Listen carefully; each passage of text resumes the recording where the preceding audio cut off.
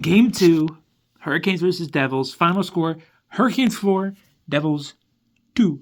And this is what I'm talking about. I'm going to start sounding like a 76ers fan. You got to trust the process, all right? They say this is going to be a down year, but I don't see it. I don't see what they're seeing, all right? This is great. This is literally how I wanted us to play, all right? This is like the ideal, situation. And it's going to be the last video where I'm doing it on my phone. I'll have like an actual stable setup, but I might be shaking a bit because I'm hype. I'm hype, man. I feel good. Like we went into the first period, it was great, right? They started with Kochetkov at goalie. I'm cool with that. I want it to be a 50-50 split. Eventually, Kochetkov is the future, but right now I want a 50-50 split. But we started gas, foot on the gas, entire first period, doing great. Like I mentioned before, Eric Robinson probably had some of the best chances there. There was a good chance from the stall line.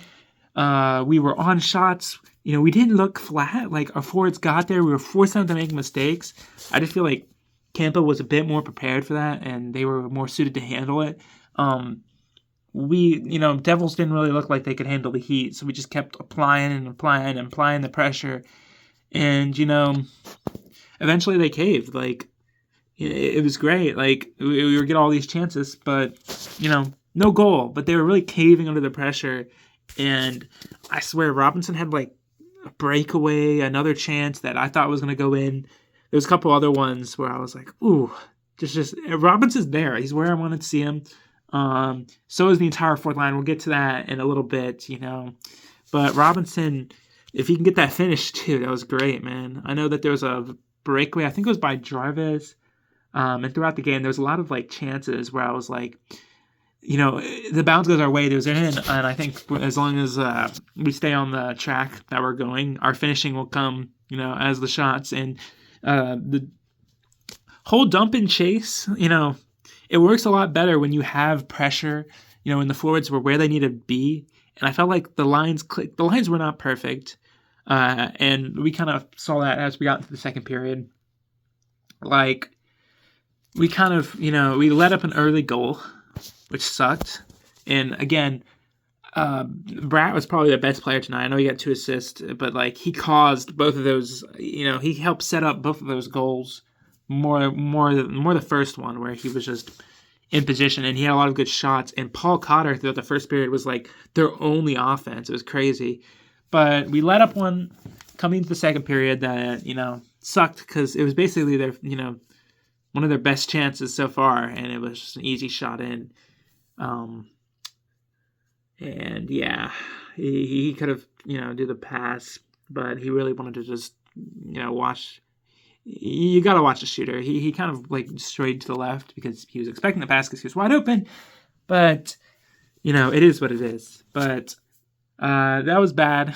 But, I'll give him some points off on that. Kochetkov wasn't perfect tonight. But I feel like he kept us in the game, which is what we need, Just let our team play and, don't let up like volleys of goals, Just play consistently, and if it goes in, it goes in, move on. And we responded. Seth Jarvis with his first of the season, and it was great shot, loved it. And then later in the period, right as we were closing down, usually this happens to us. Usually we're the ones to get up the the goals with the under a minute. Gosdenberg with this goal, and I wanted to go in because I feel like at one point I think I was looking in the beginning of the second, he had like 6 shots or like 4 shots or something crazy. I think he finished it with like 8. Like, he was getting pucks on net, which is a huge difference from, even without the power play, he was getting pucks on net, which is a huge difference from, game 1, where I feel like he was, like, step slow to everything. He was falling, giving up, opportunities defensively. So it was good to see that change. Great. And, can't miss this one. Jackson Blake, first goal of the season to start the third period. Not really start, but the first action of the third period, it was about halfway through where he scored. And they just kept at it. Like, Robinson kept at it. I'm going to keep saying that name until, wear it out. He forced it out to Orlov. He didn't get an assist for this one, but it's pretty sure it was a Devils player, touching it. But, Orlov shoots it to the net. Blake comes across, deflects it in. It's beautiful. Beautiful. He goes crazy. It's good to see them really happy about it. I was happy. They were happy. So, that's how it is.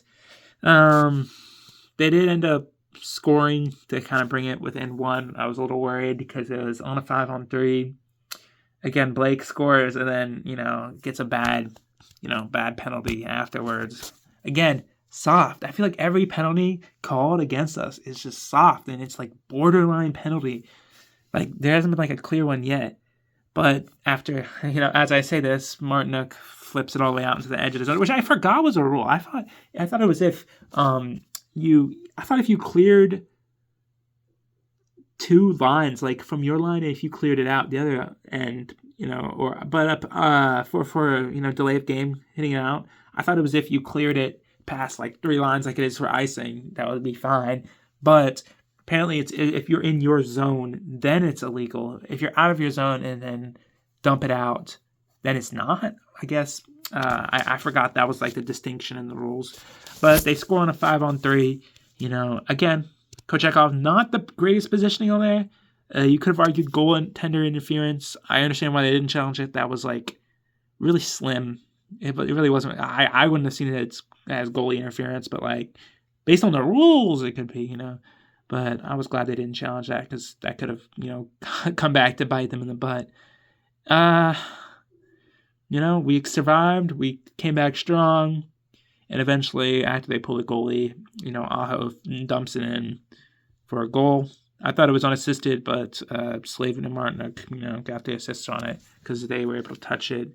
Or it was off a deflection of the defender or something. But great overall game. The keys to the game, I said coming in, I said we needed the peak power play performance. That has not happened yet. That is still lacking. Again, I'm me, I'm not a player, but from what I see, I feel like the best way to fix that up would to have Aho man one and Natchez man the other. And that way you can kind of like split. Because again, we're missing people that should be out there, like, right? Like we lost people that should be out on the power play. And,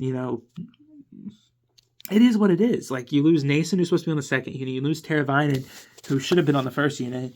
You lose Shea, who quarterbacked the second unit, I believe, for part of season at least.